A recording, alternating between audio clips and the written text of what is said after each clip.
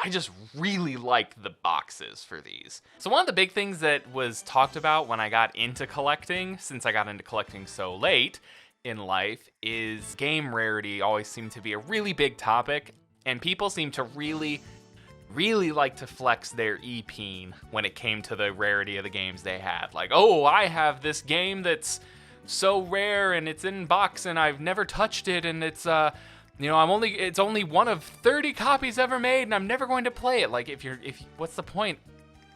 At least to me, I should say, what's the point of getting something if you're never going to play it? It got me thinking, what were some of the rarest games that I have in my collection that, ironically, I picked up solely because I wanted to play them and not because of the rarity that they were in? So, I figured I'd start out with one of my all-time favorite games, Golden Sun.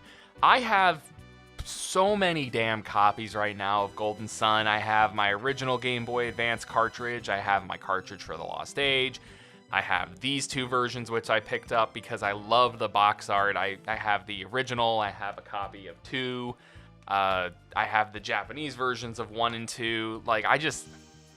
To me, there was no value in picking it up for collectability or because they were complete in box or something like that. I wanted them because I loved the box art.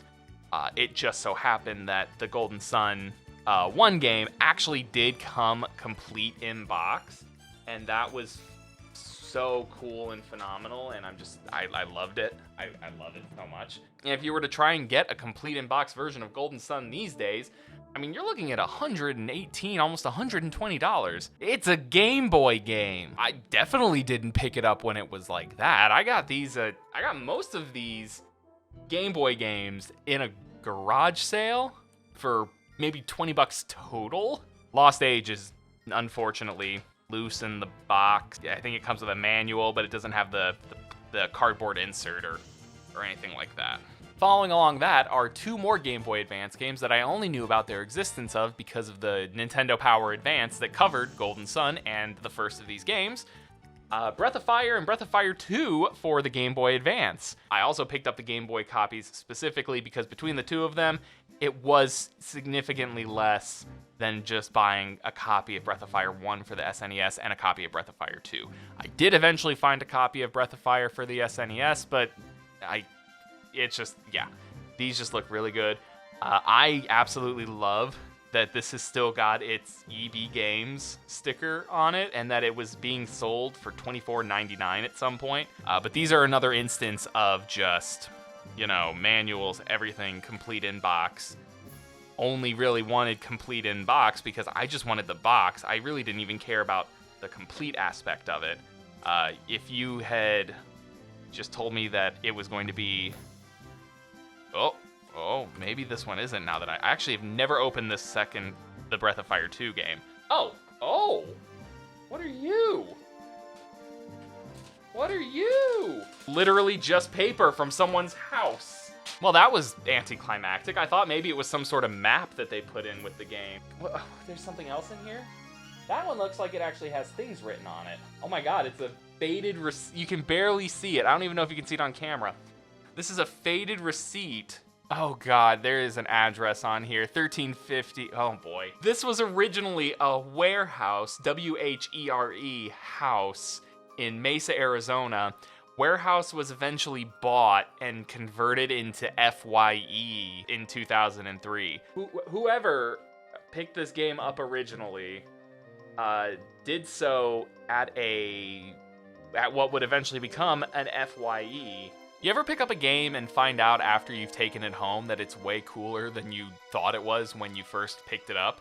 Yeah, anyway, this is my copy of Lufia, the Fortress of Doom, and it's a complete in-box game. Again, this one was just able to be picked up like this, but there's something about this one that makes it very, very cool and very, very special to me, is that it was a Hollywood video rental game.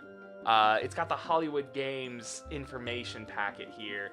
This was the slip cover for the box. Like, if you folded here and here, this would be the slip cover for the box. I didn't look at it at the shop, and it just has these Hollywood video stickers on the corners, and it's still got the Hollywood Video pricing SKU on the top for when they would scan it. There's no manual, there's no other things like that, but it's just really, really cool to me to have that little piece of history with Hollywood Video being the game rental location that this was rented from and eventually probably purchased from.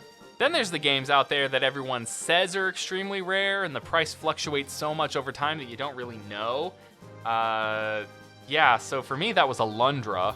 I really got into PS1 JRPGs after picking up Beyond the Beyond and really getting more into Camelot, and Alundra kept coming up as a great working designs game and a really good title. So of course I tried to find a physical copy, and my god, finding a physical copy months and a year ago, or like it was nigh impossible to find one under $300 or $400. So what I was able to do is I found a loose copy of the game for like $10-15 and just bought a reproduction case. Saved myself like $340 by doing it this way. This next one is actually really special to me because one of its sequels was one of the first games I picked up on the Nintendo DS, and I'll give you a couple seconds to think about what it's going to be because you'll never guess. If you guessed Lunar Dragon Song, you might actually be right. This is my copy of Lunar 2 Eternal Blue. I actually didn't mind Dragon Song too much, so, you know, take that as you will. The CDs don't like to stay in their spots, but it comes with everything. It's got all discs 1, 2, 3, and then the making of. I always loved when PS2 games would do this, or PS1 games, and they would like print actual scenes from the game on the disc itself. It just gives it so much life. It's even got this neat little book. Well, it's not even really a book. It's the instruction manual. It's a hardbound, beautiful instruction manual. Like, come on, this is the good stuff. It's got interviews with the creator, with the director of the music and creators of the game, and just, it's all good stuff. Original Japanese lyrics and English lyrics for songs. I will admit, the thing about collector's editions I hate now is that it's just, all the physical collectibles, I don't even know if I will ever, I'll probably put these together when I end up playing it for the first time, but like the pendant is in here.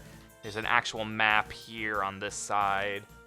These little standee token things. And then last, I mean, we got the soundtrack, which is really, you know, it's great that they put a soundtrack in here. The only downside is it's not actually complete because it doesn't have the demo of Lunar 2 Eternal Blue that was included with Vanguard Bandits. So yeah, that was a look at the rarest games that are sitting in my collection. As I've mentioned, these are all things that I either have played religiously or am really excited to play. They're all things that I picked up wanting and knowing that I was going to play. So, you know, in the comments below, if you have any games that are exceedingly rare that you know, fought tooth and nail for, that have a place of reverence on your collection, let me know. I'd love to hear about it, and we can fanboy over all of them together.